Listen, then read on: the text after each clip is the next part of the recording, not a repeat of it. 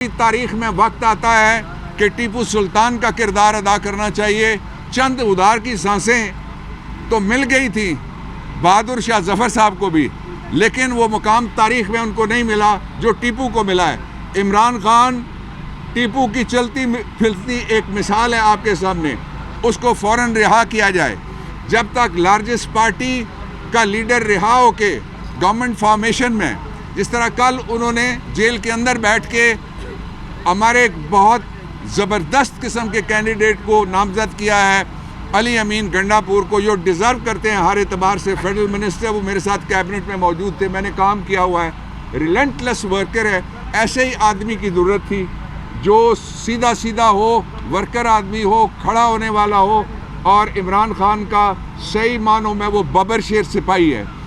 मैं जो दूसरी बात कहना चाहता हूँ वो ये है कि इस वक्त जो गवर्नमेंट फॉर्मेशन हो रही है लोटाबाजी के ज़रिए से, जो लोग गए, मैं उनको बताना चाहता हूँ कि आइन के आर्टिकल 63 की रूह से वो नाअहल हो जाएंगे।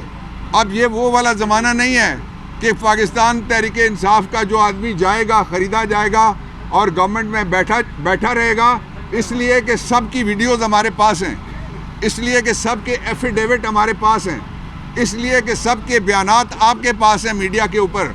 ये सफिशेंट मटेरियल है। और 3 शराइत हैं किसी को हटाने की, या किसी पार्टी के निशान पे लड़ा हो और उसकी पार्लिमानी पार्टी का मेंबर हो, या उसकी हमायत से जीता हो, या उसने पार्टी ने निशान ना हो उसको नामजद किया हो। तो हमने तो सारे नामजद किए हुए हैं, इसलिए मेजॉरिटी खड़ी है।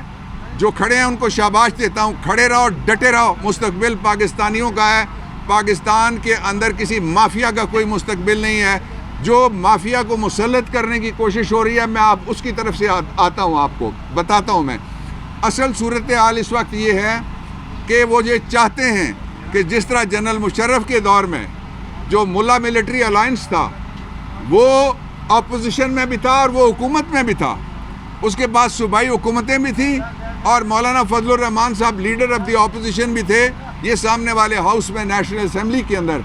अब ऐसा नहीं चलेगा।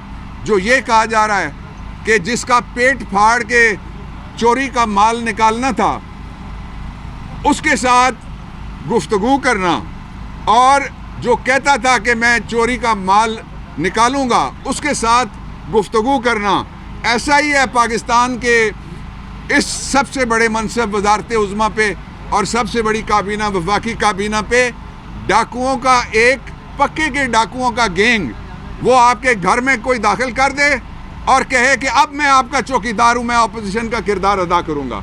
डाकू हमारे घरों में दाखिल ना करो, ऐवान इक़्तिदार में दाखिल ना करो, जिनको आपने कहा हुआ है कि ये सारे नाकाम हैं, ये बेमुराम हैं और ये बेअंजाम लोग हैं, और ये सिर्फ़ और सिर्फ अपने पैसों के लिए यहाँ आए हुए हैं। सारी तकरीरें आपके रिकॉर्ड के ऊपर हैं। इसलिए ये जो PDM 2 का ड्रामा है, ये सीरियल 2 भी सीरियल 1 की तरह से फेल होगा, और इसका वाहिद नतीजा ये निकलेगा कि इस्तेकाम लाने के लिए जो तरीका अपना रहे हैं पाकिस्तान में, उसकी कामयाबी का रेशो वही है जो जनरल इलेक्शन में इस्तेकाम पार्टी जो बनाई गई थी उसकी कामयाबी का रेशो है, और एंड में जाके उसका अंजाम वही होगा। लेकिन पाकिस्तान के लोगों को एक नए इम्तहान से निकालने के लिए पाकिस्तान के वोटर्स की वोट को तौकीर दी जाए, उसका एहतराम किया जाए, आइन का एहतराम किया जाए। आज इलेक्शन कमीशन भी ये बात सुन के हैरान था। बलूचिस्तान के रिज़ल्ट्स के बारे में जब मैंने तफसीलात पेश की और कराची के रिज़ल्ट्स के बारे में मैंने तफसीलात पेश की, पूरी कौम मुत्तहिद है, एक तरफ खड़ी है, पूरी कौम ने वोट दिया हुआ है। उसके वोट के मुताबिक अगर नताइज नहीं होंगे, जितनी मर्जी मोहरें आप मार लें जैली, जितने मर्जी जैली फॉर्म आप 45, 46, 47, 49 तक आप चले जाएं, 145 तक चले जाएंगे, तो तब भी ये निज़ाम नहीं चल सकता जब तक इसको पब्लिक की बैकिंग नहीं होगी। इसलिए कि ये वो निज़ाम है जिसको वोटिंग में पब्लिक ने मुस्तरद किया, और ये वो निज़ाम है जिसको, यार मैं चिटों वाला नहीं हूँ, वो दूसरी तरफ है, पटवारियों का है चिटों वाला। तो जिसको पब्लिक ने मुस्तरद किया, और उसके साथ ही उसको इंटरनेशनल कम्युनिटी ने मुस्तरद किया, अमेरिका की गवर्नमेंट ने मुस्तरद किया, बरतानिया की गवर्नमेंट ने उसको मुस्तरद किया। Don't disturb. उसको मुस्तरद किया कनाडा की गवर्नमेंट ने, उसको मुस्तरद किया ऑस्ट्रेलिया की गवर्नमेंट ने, उसको मुस्तरद किया यूरोपियन यूनियन ने। कोई एक आलमी इदारा ऐसा नहीं है जो कहे कि हमें पाकिस्तान के इलेक्शन जो 9 फरवरी को हुए, मैं 8 फरवरी की बात नहीं कर रहा, ये याद रखना 2 इलेक्शन हुए हैं। एक इलेक्शन हुआ है बैलेट से जो 8 फरवरी को हुआ है, नवाज शरीफ ने दूसरा इलेक्शन कराया है और PDM2 ने दूसरा इलेक्शन कराया है 9 फरवरी को जो बुलेट से हुआ है। इसलिए बैलेट बारी है, बैलेट देने वाले करोड़ों लोग हैं, बुलेट से रिजल्ट तब्दील करने वाले ROs AROs उनकी बयानात आपके सामने हैं। इसलिए ये इलेक्शन की इतनी बड़ी चोरी ऐसी नहीं है कि जो हम हजम होने देंगे। हमें गवर्नमेंट वफाक में भी बनानी है, KP में हमने अनाउंस कर दिया, इंशाल्लाह पंजाब में भी हमारी हकीकत है। और किस बेशर्मी के साथ ऊंची ऊंची बुलंद बुलंद चीखें मार के प्रेस कॉन्फ्रेंसें करने वाले और करने वाली अब ये कहते हैं कि अल्हम्दुलिल्लाह 1 लोटा हमने और ख़रीद लिया। अल्हम्दुलिल्लाह नवाज शरीफ की झोली में एक और पराया बेटा है, आइए इसका अकीका करें। अकीका अपने बेटे का होता है, पड़ोसी के बेटे का नहीं होता। हम इन इलेक्शंस को जहाँ जहाँ धांधली हुई है मुस्तरद करेंगे और इसके खिलाफ हम एक फॉर्मिडेबल फाइट भी देंगे, फॉर्मिडेबल फाइट, तगड़ी फाइट देंगे इंशाअल्लाह अज़ीज़। जिस तरह पहले अब बल्ला भी नहीं था, बल्लेबाज भी नहीं था, आप सब ने मिलकर फेंटा दिया, उससे तगड़ा फेंटा हम देंगे अब इंशाअल्लाह अज़ीज़। हम इनको पार्लिमानी मैदान में, मैं ये बात कहना चाहता हूँ आखिर में कि इलेक्शन कमीशन अपना काम नहीं कर रहा जिस तरह से लोगों की तवक्को है। लोग इलेक्शन कमीशन की तरफ देख रहे हैं और ये कहते हैं कि जनाब शमीउल्लाह से कलीमुल्लाह कि आपको RO ने आपके साथ ज्यादती किया, फिर आप RO के पास चले जाएं। आज मैंने उनको सेक्शन 9 पढ़ाया है।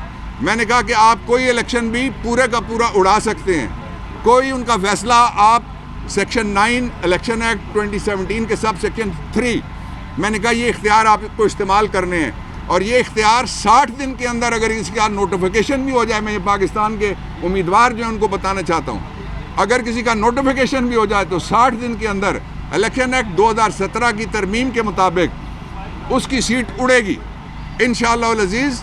मुस्तकबिल पाकिस्तान में आपका है, किसी माफिया का मुस्तकबिल नहीं है जो सिर्फ कमाई करने के लिए आता है और फिर लुटो दे फोटो की पॉलिसी के मुताबिक चला जाता है। इनसे कौम ने हिसाब ले लिया है, कौम का फैसला माना जाए। सर अगर आपकी हुकूमत आ जाती है, कोई ऐसा सिस्टम लाएंगे कि आइंदा के बाद धांधली भी ना हो, मैंडेट चोरी ना किया जा सके, अगर आपकी हुकूमत आ जाती है? और कोई सवाल? इस पे मैं जवाब देता हूँ। सर इलेक्शन कमीशन से आपको तवक्को है कि इंसाफ मिलेगा आपको? हमें सिर्फ आपने मुझे यही पूछा था कि आप इलेक्शन कमीशन की तरफ देख रहे हैं, मैंने कहा हम आपकी तरफ देख रहे हैं। शुक्रिया पूरी कौम का, आप सब ने हमें मायूस नहीं किया। आप इकट्ठे रहिए, कोई भी कुछ नहीं कर सकता।